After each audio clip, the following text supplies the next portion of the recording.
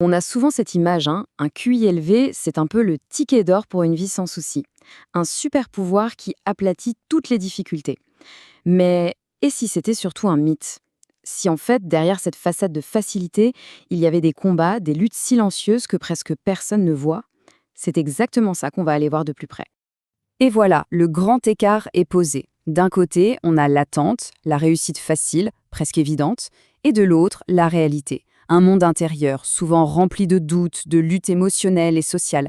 C'est ce paradoxe-là qu'on va décortiquer ensemble.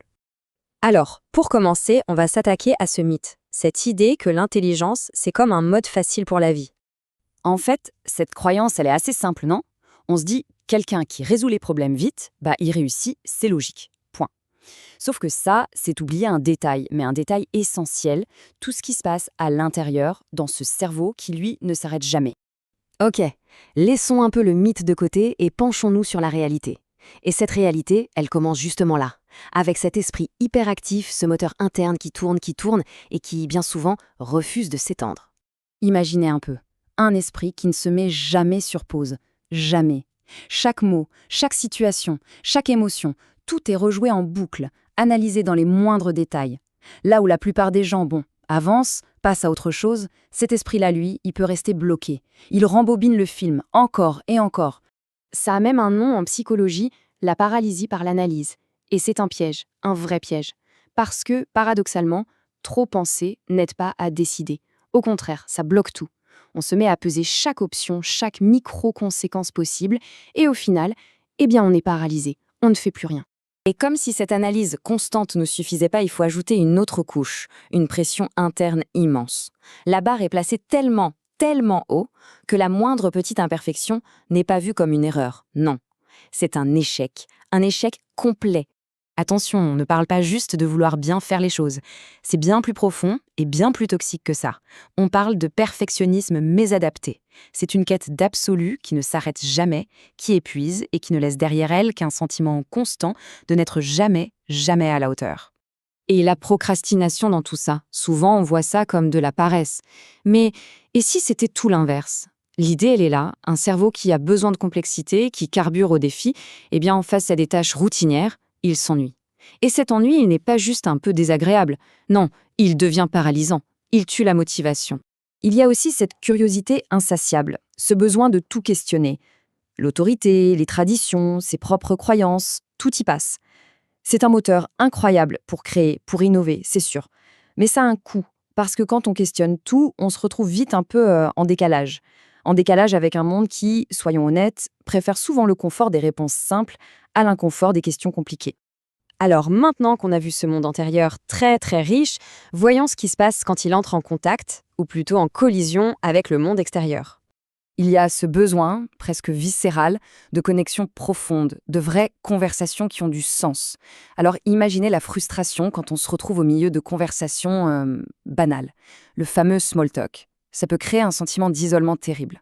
On peut être dans une pièce pleine de monde et pourtant se sentir complètement, radicalement seul. Et la pression, elle ne vient pas que de l'intérieur, bien sûr. Il y a aussi le regard des autres. Une fois qu'on a cette étiquette de personne intelligente, les attentes deviennent énormes. On attend une performance sans faille, toujours. La moindre erreur n'est pas permise. Et ça mène parfois à cette petite phrase toute simple, « je te croyais intelligent ». Elle a l'air de rien, comme ça, mais pour la personne qui l'entend, c'est une déflagration. En quelques mots, c'est tout le poids de ces attentes impossibles qui s'abat. Le résultat de cette pression constante, il est presque inévitable, et beaucoup le connaissent, c'est le syndrome de l'imposteur. On peut avoir tous les diplômes, toutes les réussites du monde, ça ne change rien. Au fond, il y a toujours cette petite voix qui murmure « Un jour, tout le monde va s'en rendre compte. Un jour, ils vont voir que je suis une arnaque. » Et ce n'est pas qu'une question d'intellect, loin de là. Très souvent, une grande intelligence est aussi liée à une très grande empathie, une sensibilité exacerbée, qui fait qu'on ressent les émotions des autres de manière incroyablement intense. On ne fait pas que les comprendre, on finit par les absorber. Ça aussi, ça a un nom. La contagion émotionnelle. C'est un peu comme être une éponge émotionnelle. On absorbe tout, sans filtre. La tristesse de l'un, le stress de l'autre, et on finit par porter ces émotions comme si c'était les nôtres. Et c'est un poids énorme. Tout ça mène à une conscience du monde qui est différente. plus aigu. On remarque des détails, des schémas que les autres ne voient pas. On perçoit les motivations cachées derrière les mots. On sent la malhonnêteté à des kilomètres. C'est un avantage, bien sûr, mais c'est aussi comme vivre avec tous les capteurs au maximum, en permanence. Et franchement, c'est épuisant. Bon, le tableau peut paraître un peu sombre, c'est vrai. Alors, la question c'est, que faire? Est-ce une fatalité? La réponse est non. Et c'est justement ce qu'on va aborder maintenant. Comment trouver un équilibre? Comment faire de ces défis non pas un fardeau, mais une force? Et pour ça, il y a cette idée qui, je trouve, change tout. Être très intelligent, ce n'est pas avoir toutes les réponses. C'est voir le monde en couche que les autres ne peuvent pas voir. Et là, tout change de perspective. Les difficultés qu'on a vues ne sont plus des défauts, non. Ce sont les conséquences logiques d'une perception du monde qui est simplement plus complexe, plus profonde. Ok, mais concrètement, on fait comment pour trouver cet équilibre? Il y a quelques pistes. D'abord, et c'est la base, reconnaître son propre fonctionnement, l'accepter sans se juger.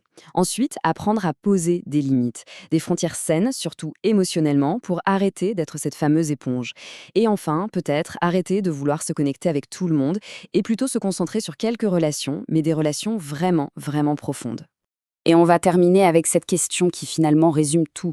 Comment est-ce qu'on fait pour voir toutes les couches du monde, toute sa complexité, sans se faire écraser par leur poids? L'objectif, ce n'est pas de moins voir ou de moins ressentir, c'est d'apprendre à naviguer avec. Et si au fond, la plus grande des intelligences, c'était justement ça, l'art de trouver ce fragile équilibre?